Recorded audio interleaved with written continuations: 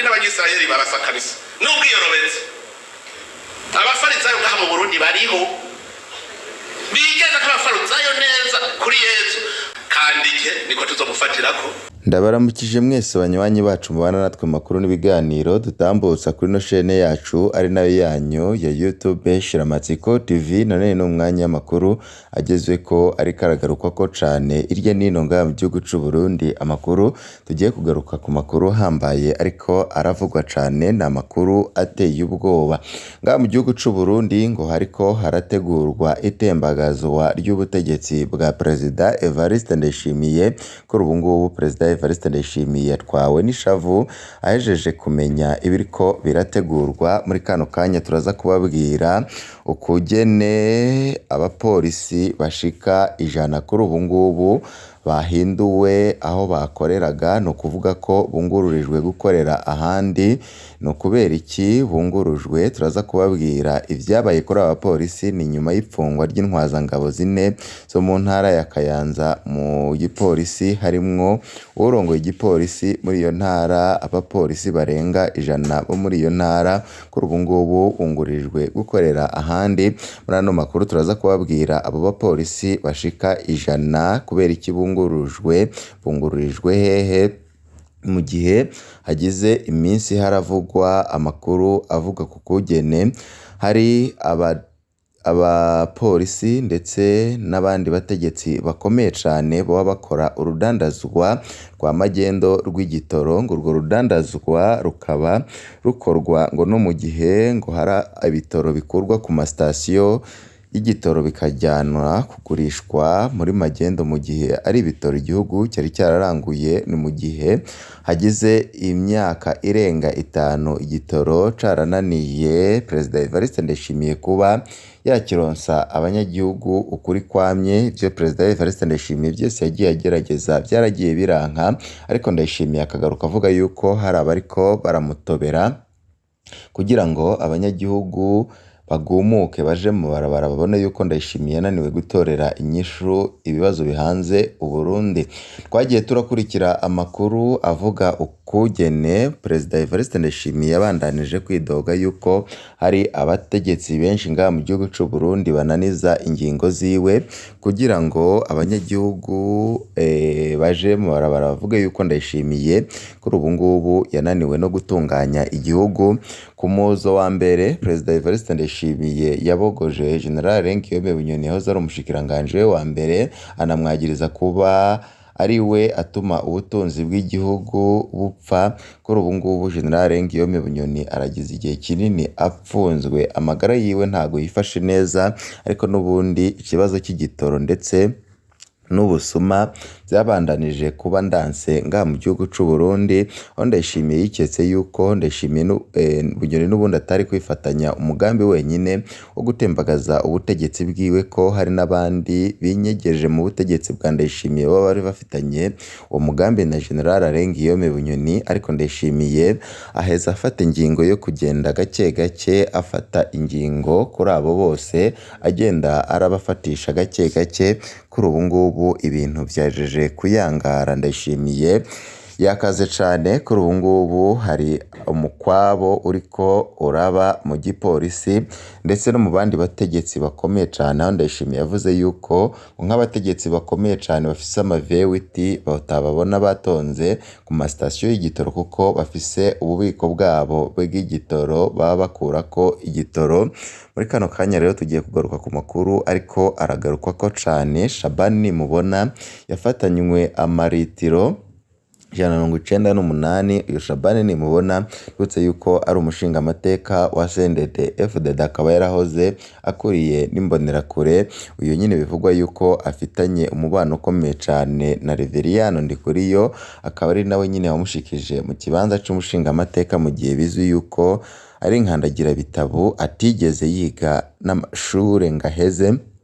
Kuri ubu ngubu bamwe mu bashinga amateka ndetse n'abakurikiranira hagufi politike y'u Burundi bakabona yuko ivyo bitakagombye kuba.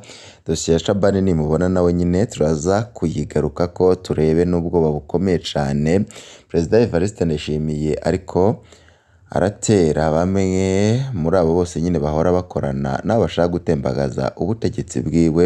Muri ano makuru byose turagenda turabigaruka ko turaza kugaruka kwifungwa ndetse n'ikoroka ry'intakorwa ko Nkoroka aherutse gukurwa mu iperereza, azwi cyane ku izina ry'iritazirano rya Nkoroka, ariko ni koroneri mu gipolisi Alex Ndayikengurukiye. Izina ryiwe rizwi mu mabi atagira izina, uko niko avugwa mu kwica, kunyuruza abantu bakaburwa irengero ndetse n'andi mabi ateye ubwoba. Kuri ubu ngubu Nkoroka ari mu yabira, iyo nyine nawe yarabogojwe kuri ubu ngubu ariko aratonda ku kazi ku gipolisi, ariko bivugwa yuko nta kazi afite uyu Nkoroka nyine, bivugwa yuko ariko arakorerwa dosiye ngo afungwe. Nibice bo bariko barapfa na Perezida Evariste Ndayishimiye nyuma y'amaba akomeye cyane yagiye arakora. Nkoroka ngo yoba yayifatanya nawe n'abashaka gutembagaza Perezida Evariste Ndayishimiye. Muri ano makuru byose turagenda turabigaruka ko, nimba utarafyonda kuri sabone cyangwa se subscribe, banza ufyonde ko kugira ngo uzurabana natwe mu nkuru n'ibiganiro twama twatambukishije kuri no mboneshakure mukunda muri benshi. Shiramatsiko TV mboneshakure imwe rudende bageza ko amakuru aba yizewe cyane, aba ariko aragarukwa ko irya nino nga mu gihugu cy'u Burundi.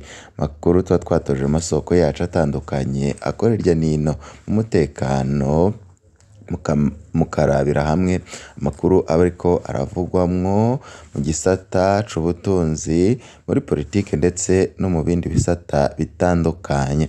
Reka aya makuru tuyatangurire kuri iyi nkuru yihuta cyane.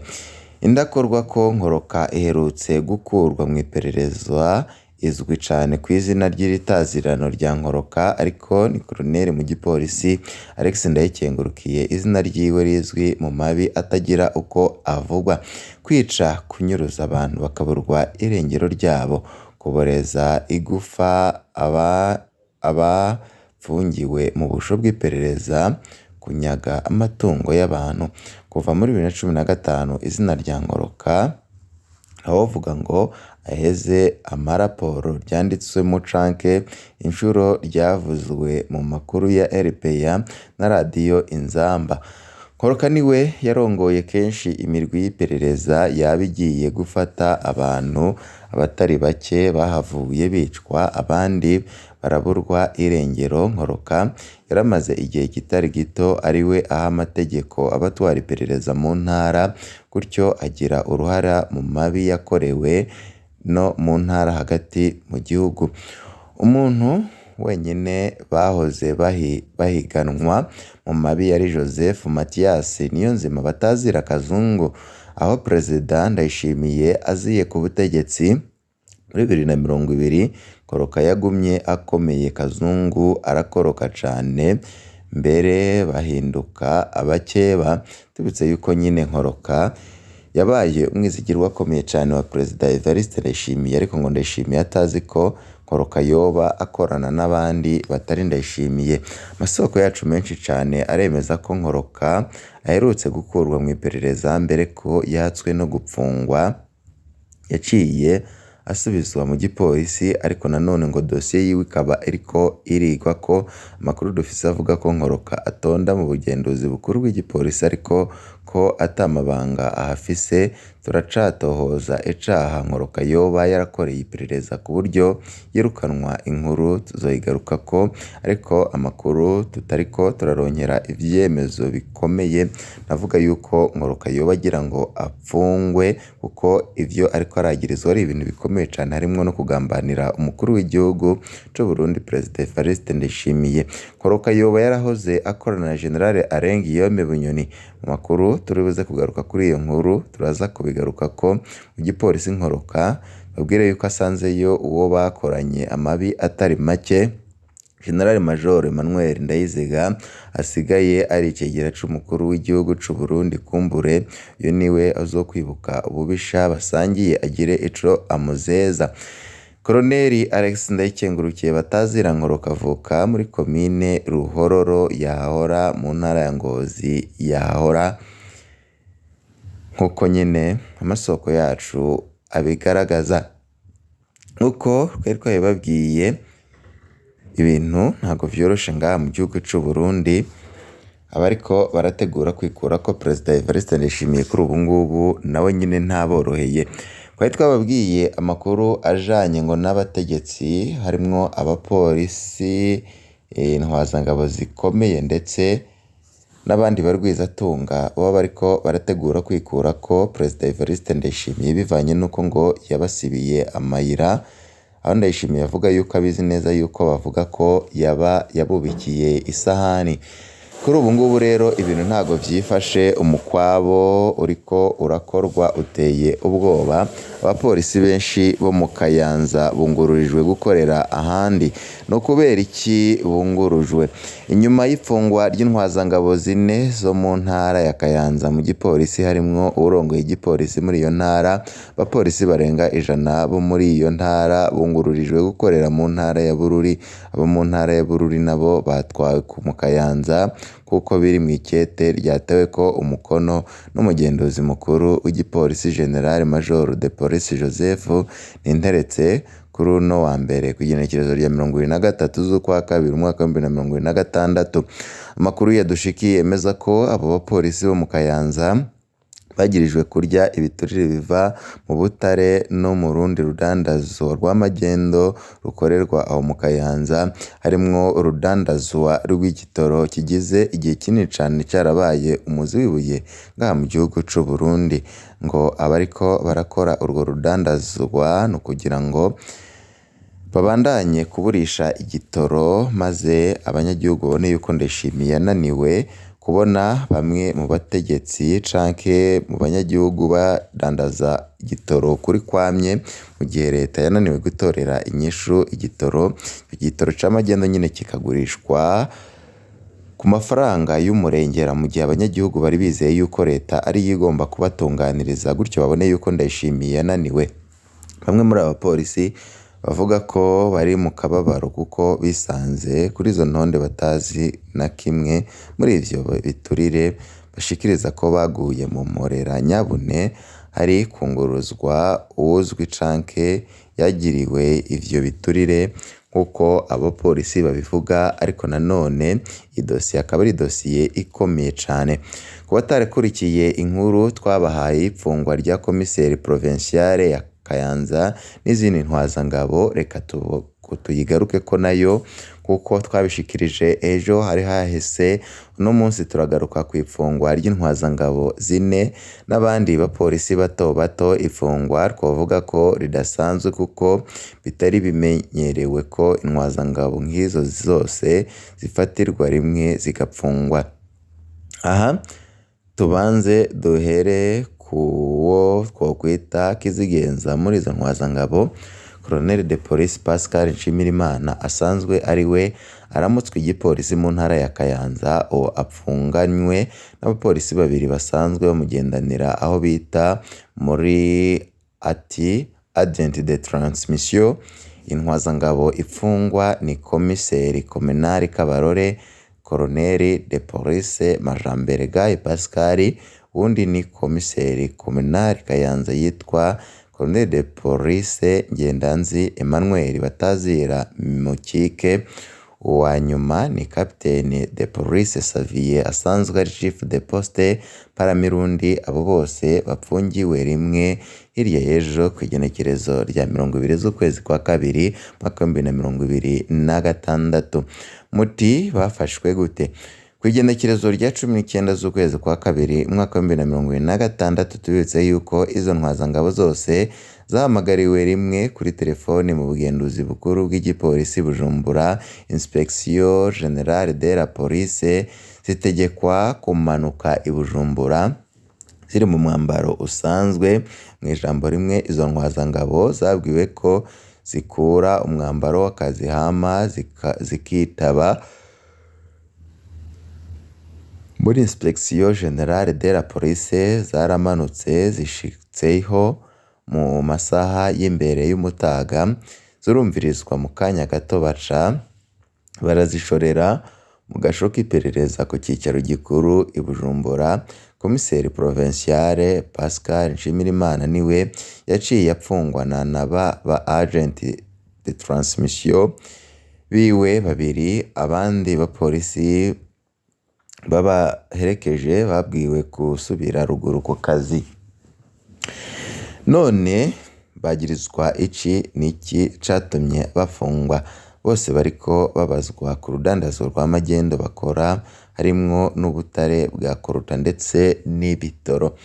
Aha tubanze tumenyeshe ko aho mu gasho k'iperereza hari hamaze iminsi hafungiwe abadandaza bashika 10 bo mu Kayanza, barongowe n'uwitwa Nsengimana azwi cane ku izina rya Gitenge. Uwo ni umudandaza karuhariwe muri magendo cane cane aho mu Kayanza. Uwo kandi asanzwe ari inshuti idasanzwe ya Commissaire Provinciale Colonel de Police Nshimirimana.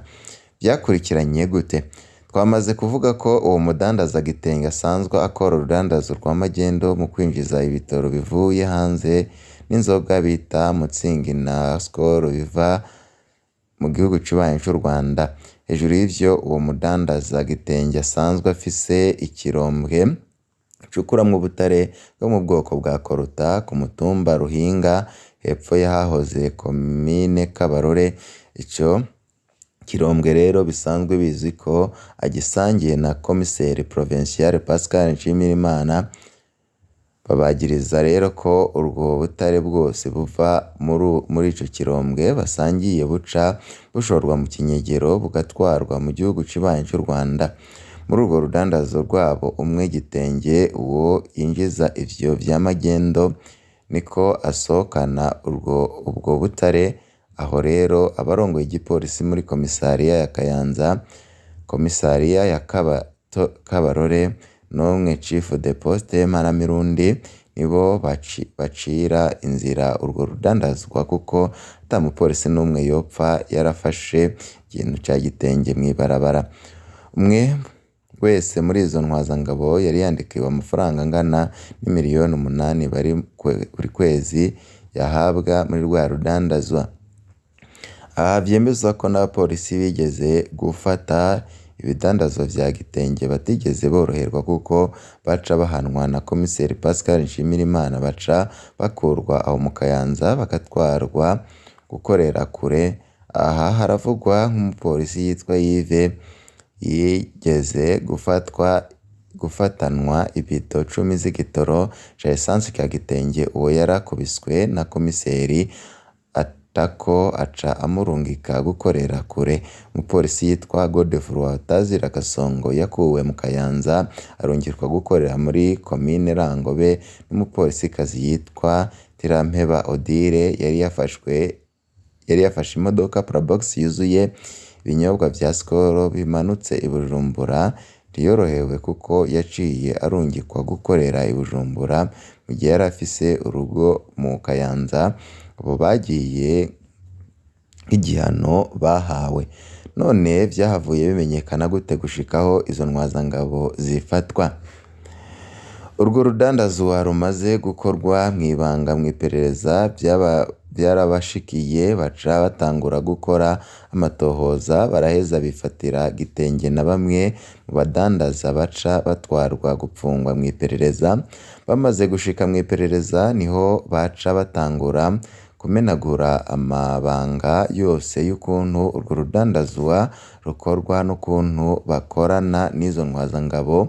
Aho biba birarangiye, za ntwazangabo ziba zirashikiwe, ari navyo vyatumye zihamagarwa zitwarwa ubutaraririye gupfungirwa aho mu gasho k'iperereza. Amakuru dufise yemeza ko izo ntwazangabo zabandanya gukorana ivyo zagirizwa, mu kuvuga ko ataco zobazwa urwo rudandazwa mu gihe imipaka y'u Burundi n'u Rwanda isanzwe yugaye.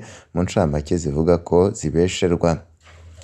Aha imbere yuko turangiza twamenyesha ko abatari bake haba no mw'iperereza batangaye cane babonye Commissaire Pascal Nshimirimana afungwa ku cicaro gikuru c'iperereza mu gihe yari indakorwa ko hejuru yuko asanzwe afatwa nk'umuntu wa Colonel de Police Christophe Manirambona Batazira wa Kenya.